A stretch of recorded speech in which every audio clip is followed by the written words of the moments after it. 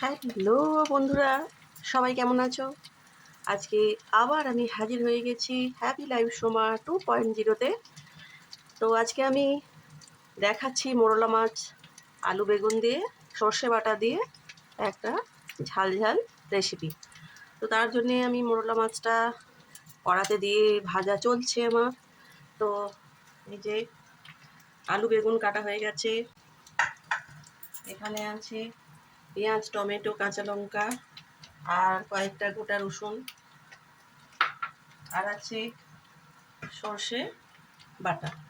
এই দিয়েই আমার হয়ে যাবে মোরলা মাছের আলু বেগুনের তরকারি। তো মাছগুলো ভাজা হয়ে গেছে, মাছগুলো এবার তুলে নিচ্ছি।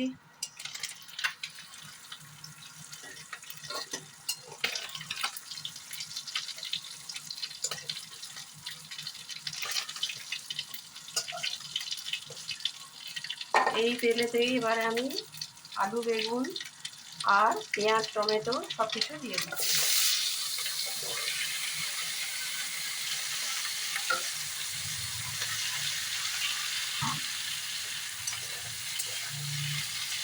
একটু এগুলো ভাজা ভাজা করে নেব। তো বন্ধুরা দেখো, সবজিগুলো মানে আলু বেগুন পেঁয়াজ ভাজা ভাজা হয়ে গেছে। তো এবারে আমি সর্ষে বাটাটা দিয়ে দেব। তো এই সর্ষে বাটায় আমি একটু নুন দিয়ে বেটেছিলাম, আর এতে কাঁচা লঙ্কা বাটা আছে, এটা আমি দিয়ে দিলাম।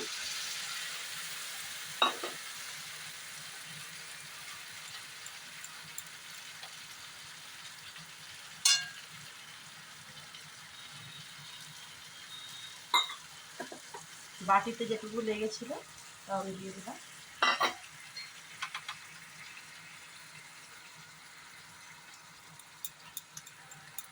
আমি সর্ষে বাটা কিছু করলে না বন্ধুরা, আমি ছেঁকে দিই যাতে এই খোসাগুলো মুখে না পড়ে আর তেতো না লাগে।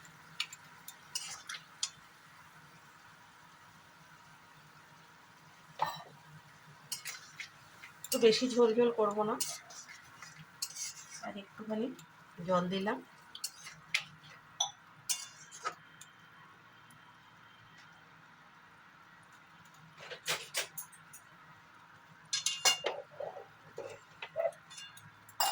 এতে নুন মিষ্টি ঝাল সবই দেওয়া আছে, সর্ষের সঙ্গে কাঁচা লঙ্কা দিয়ে যেহেতু বেটেছিলাম।